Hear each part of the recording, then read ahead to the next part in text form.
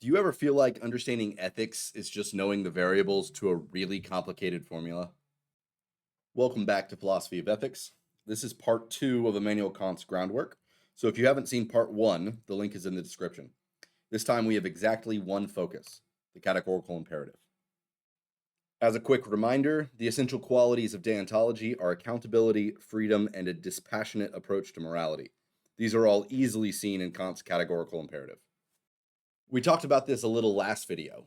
The categorical imperative is like a formula for right and wrong. Deontology is not the only ethical system to do this, as utilitarianism has its own hedonic calculus. There are three formulations of the categorical imperative in the groundwork. The two on your screen are usually regarded as the same version, so we'll take the one I like better. Act as though the maxim of your action were to become, through your will, a universal law of nature. The other two formulas are the formula of humanity. Act in such a way as to treat humanity, whether in your own person or in that of anyone else, always as an end and never merely as a means. And the formula of autonomy. Act only so that the will could regard itself as giving universal law through its maxim.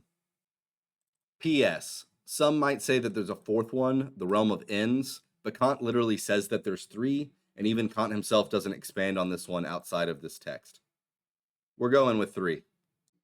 But how do we get here? Kant thinks that the problem with ethics is that it needs to be necessary. Otherwise, it's optional and usually dependent on our feelings.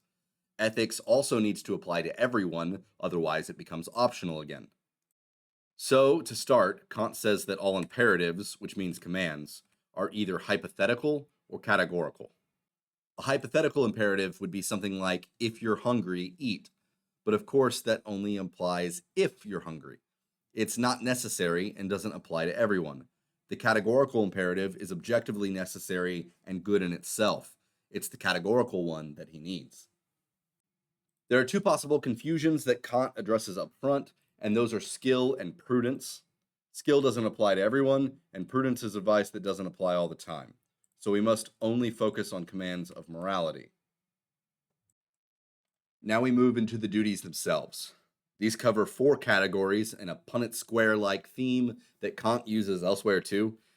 We have duties to ourselves, duties to others, perfect duties, and imperfect duties. Perfect duties must be done all the time, 24/7, with no exceptions.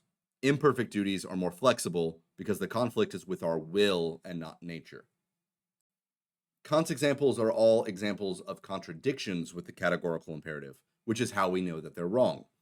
The questionable perfect duty to self is for the love of myself, I make it my principle to cut my life short when prolonging it threatens to bring more troubles than satisfactions. He thinks this fails his formula because universalizing this law into nature would create a nature that simultaneously cared for quality of life and advocates for the destruction of life, thus contradicting itself in nature. To be honest, this is a tough example, but most of my students understand it in the next one. For our perfect duty to others, Kant says, when I think I need money, I will borrow money and promise to repay it, although I know that the repayment won't ever happen. Essentially, imagine a country where it was a law that a couple was absolutely allowed to walk into a bank, take out a loan, and never pay it back. Would any bank ever give out a loan? Absolutely not. The banking system could never exist under such a law. Promises only mean anything when they are regarded as wrong to break, but the law literally says that this is fine. This would make promise making worthless. So, Kant reasons that if everyone were to actually behave this way, no one would believe what was promised to him and would only laugh at any such performance. This contradicts itself in nature. The third example is a man who would rather indulge in pleasure than to take the trouble to broaden and improve his fortunate natural gifts. Kant thinks that while this does not contradict in nature, and often exists in nature, no one could ever will that this be a universal law because our abilities serve us in desirable ways. Kant's full example is actually kind of racist, so let's pretend that it's just about lying around on the beach all day. While this would feel wonderful, you can't consistently will that everyone do this 24/7.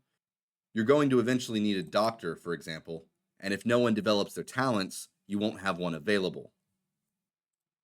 Imperfect duties are shown to be right or wrong due to contradictions in will. If you can't will the same thing consistently, it can't be considered moral.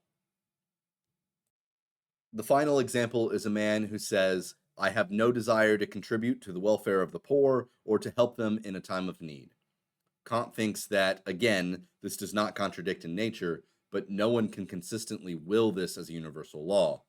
If that wealthy man was poor, it would be rational for him to want and accept help. This is the end of part 2, but still not yet the end of Kant. This guy takes a while. As usual, thanks for watching.